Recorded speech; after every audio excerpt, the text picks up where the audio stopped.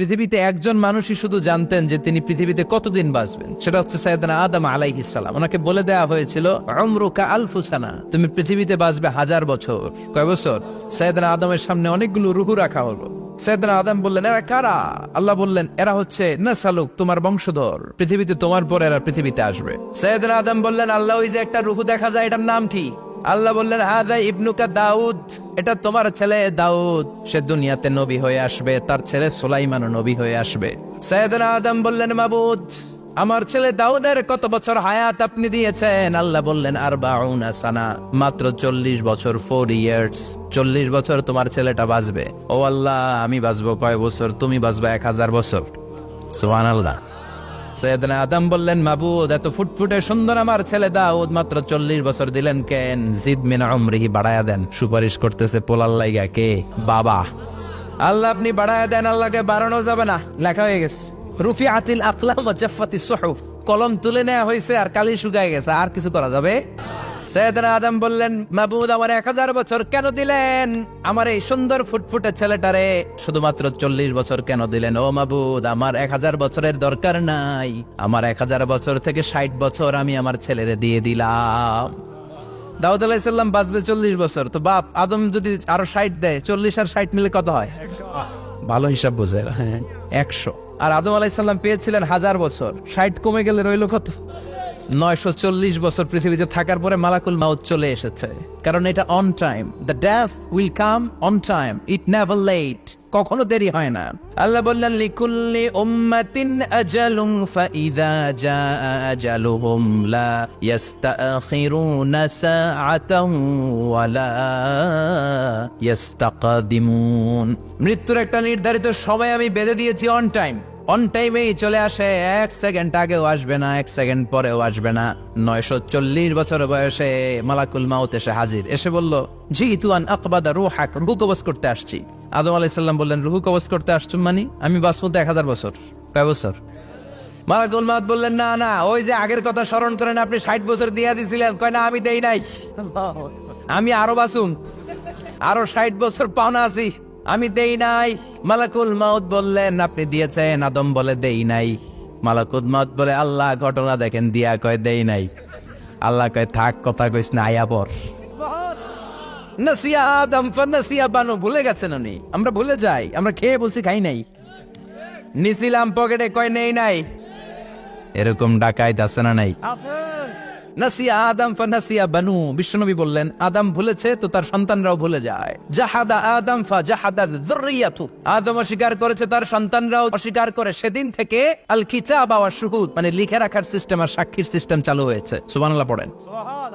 940 বছর বয়সে মালাকুল মাউত এসে আদম আলাইহিস সালামের রূহ নিতে পারে নাই। উনি 1000 বছর যখন হয়েছে, সাইয়েদনা আদম আলাইহিস সালামের রূহ কবজ করেছে। যেই দিন পৃথিবীর প্রথম মানব, প্রথম নবীর রূহ মালাকুল মাউত দুনিয়া এসে কবজ করেছে, ওই দিনটাও ছিল জুমাবার। আল্লাহু আকবার। আবার বিশ্বনবী বললেন, লা তাকুমুস সাআ ইল্লা ফি ইয়াউমিল জুমআহ, ইযা যুলজিলাতিল আরদু জিলজালাহা ওয়া আখরাজাতিল আরদু আসকালাহা, ইযা রুজ্জাতিল আরদু রাজ্জান ওয়া বুসাতিল জিবালু বাসসা। কিয়ামতের দিন পৃথিবীটাকে একটা প্রকম্পন দিয়ে কাঁপিয়ে দিবে কে? মারাত্মক একটা ঝাঁকুনি দিবে আল্লাহ, পুরো পৃথিবীটা কেঁপে ভেঙে চুরে খান খান হয়ে যাবে। এই ঝাঁকুনি আর আর্থকোয়েক, ভূমিকম্প এর ঘটনাটা যেদিন ঘটবে, ওই দিনটাও হচ্ছে জুমার দিন। কারণ দিন নয়, ফিহি খালাকাল্লাহু আদম, এই জুমার দিনে আল্লাহ তাআলা সাইয়েদনা আদম আলাইহিস সালামকে তৈরি করেছে। বিশ্বনবী বলেন, লাম্মা খালাকাল্লাহু আদম ওয়া কানা তুলুহু 60 যিরাআন, আল্লাহ তাআলা যখন আদম আলাইহিস সালামকে তৈরি করলেন, 60 হাত লম্বা করে তৈরি করলেন। আর আমরাও যারা জান্নাতে ঢুকবো, আমাদের আকৃতি থাকবে 60 হাত লম্বা। আল্লাহ সাইয়েদনা আদমকে তৈরি করলেন এই জুমার দিনে। আবার সাইয়েদনা আদম আলাইহিস সালামকে পৃথিবীর বুকে তিনি পাঠিয়ে দিয়েছিলেন এই জুমার দিনে। সুবহানাল্লাহ। কুল নাহবিতু মিনহা জামিআ, ও Adam, go down with your wife, তোমার স্ত্রী হাওয়াকে নিয়ে পৃথিবীতে নামো। সাইয়েদনা আদম আলাইহিস সালামকে আল্লাহ তাআলা পাঠিয়েছিলেন শ্রীলঙ্কার একটা পাহাড়ে, অ্যাডামস পিক। ওখানে ঐতিহাসিকভাবে প্রমাণিত, এটা হাদিসে নেই, কুতুবুত তারিখে এসেছে। শ্রীলঙ্কা একটা পাহাড় আছে, কলম্বো থেকে অনেক দূর। ওই পাহাড়ের চূড়ায় সাইয়েদনা আদম আলাইহিস সালামের ফুটপ্রিন্ট আছে। ফুটপ্রিন্ট মানে পায়ের ছাপ। সুবহানাল্লাহ পড়ো। এটারে বলে ফিঙ্গারপ্রিন্ট। এটারে কি বলে? পায়ের গুলারে একজনের আঙ্গুলের ছাপের সাথে একজনের আঙ্গুলের ছাপের মিল নাই।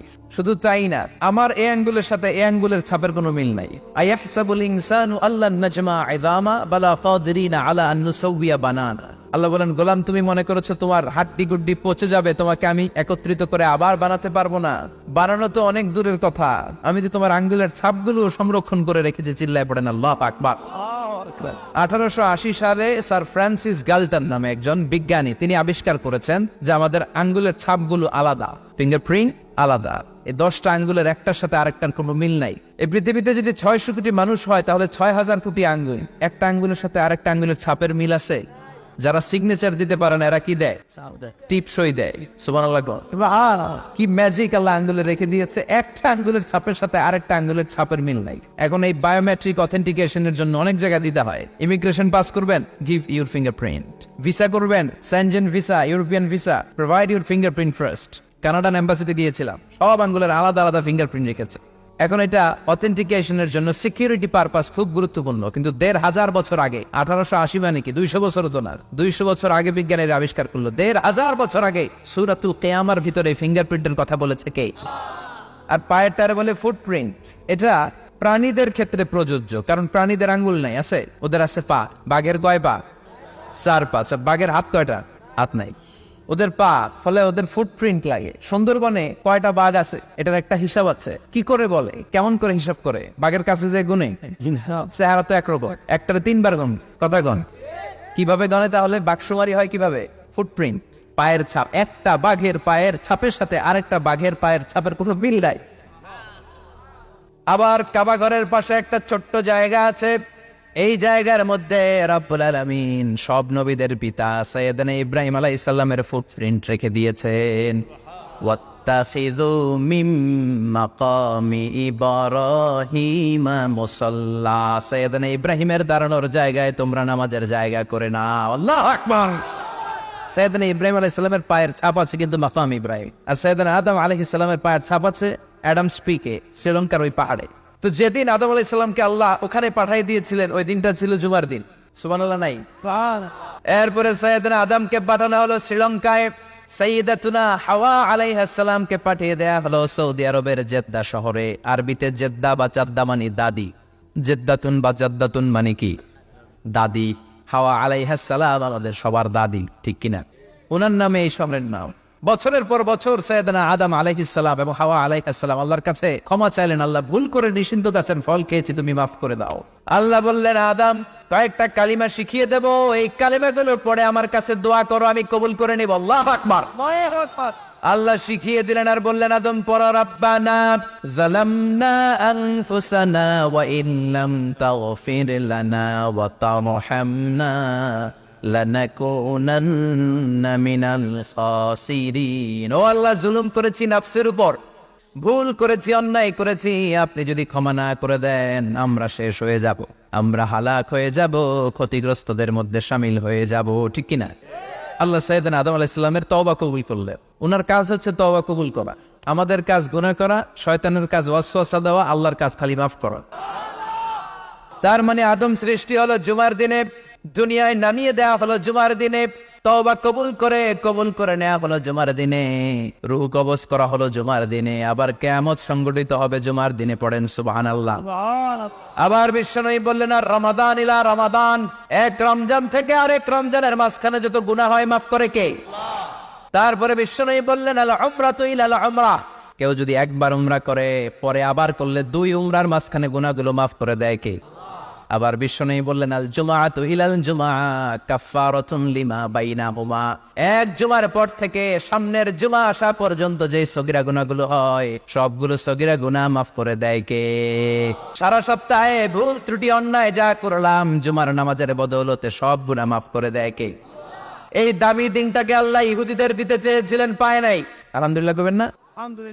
ইখতিলাফু, তারা ইখতিলাফ করে হারাইছে এটা। এই দামি দিনটা রব্বুল আলামিন নাসারাদেরকে দিতে চেয়েছিলেন, ফাখতালাফু, ওরাও ইখতিলাফ করে হারাইছে। এজন্য ইখতিলাফ ভালো জিনিস না খারাপ জিনিস? ইহুদিদেরকে আল্লাহ দিতে চাইলেন, ইখতিলাফ করে হারাইছে, নাসারারাও হারাইছে। ফাজা আল্লাহু বিনা ফাহাদানা বিহাদা দ্বীন, রব্বুল আলামিন এই দিনটা আমাদেরকে দিলেন, আমরা ইখতিলাফ করি নাই, বিশ্বনবীর হাতে হাত রেখে ঐক্য করে ঘোষণা দিয়েছি জুমার দিন আমাদের সাপ্তাহিক দিন। সুবহানাল্লাহ। বিশ্বনবী বলেন ফাগাদান লিল ইয়াহুদ, সাপ্তাহিক আনন্দের দিন ইহুদিদের জন্য হচ্ছে শনিবার, ইয়াউমুস সাbt, ওয়া বা'দা গাদ লিন নাসারা, আর খ্রিস্টানদের জন্য হচ্ছে রবিবার, আর আমাদের জন্য হচ্ছে শুক্রবার। চিল্লায় পড়েন আল্লাহু আকবার। তার মানে জুমার দিন, জুমাবারের মর্যাদা বেশি না কম? চিল্লায় বলেন বেশি না কম? জুমার দিন সকালবেলা ফজরের নামাজের পর থেকে ফেরেশতারা যতগুলো মসজিদে জুমা অনুষ্ঠিত হয় ওই মসজিদে ঢোকার প্রতিটা দরজার মধ্যে দাঁড়িয়ে থাকে। কারা কারা আগে আগে জুমার নামাজ পড়ার জন্য মসজিদে যায়, প্রত্যেকের নামগুলো একটা জান্নাতের রেজিস্ট্রি খাতার মধ্যে তুলে নেয়। এই নামগুলো স্পেশালি আল্লাহর কাছে পাঠানোর জন্য। ডানে বায়ে সামনে পেছনে যতগুলো দরজা, প্রতিটা দরজায় ফেরেশতারা বসে থাকে। কে আগে আসলো নাম তুলে দেয়।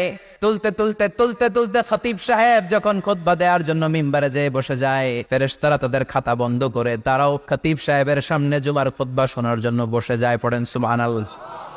প্রথম জুমার দিন জুমার মসজিদে যে ঢুকবে, বিশ্বনবী বললেন আল্লাহর রাস্তায় একটা উট কুরবানি দিলে যেই সওয়াব, এই সওয়াব আল্লাহ আমলনামায় দিয়ে দেয়। দ্বিতীয় পর্যায়ে যে ঢুকে, বিশ্বনবী বললেন বাকারা, গরু কুরবানির সওয়াব পায়। 3 নম্বরে যে ঢুকবে, বিশ্বনবী বললেন কাবশা, হাদিসের ভাষায় এসেছে আল কাবাস, কাবাস মানে হলো বকরি, বকরি কুরবানির সওয়াব। 4 নম্বরে যে ঢুকবে তার হচ্ছে দাজাজা, দাজাজা মানে মুরগি। 5 নম্বরে যে ঢুকবে, বিশ্বনবী বললেন বাইদা, নোয়াখালীরা কয় বয়দা, আমরা কই আন্ডা, কুমিল্লায় কই ডিম। আছে না নাই?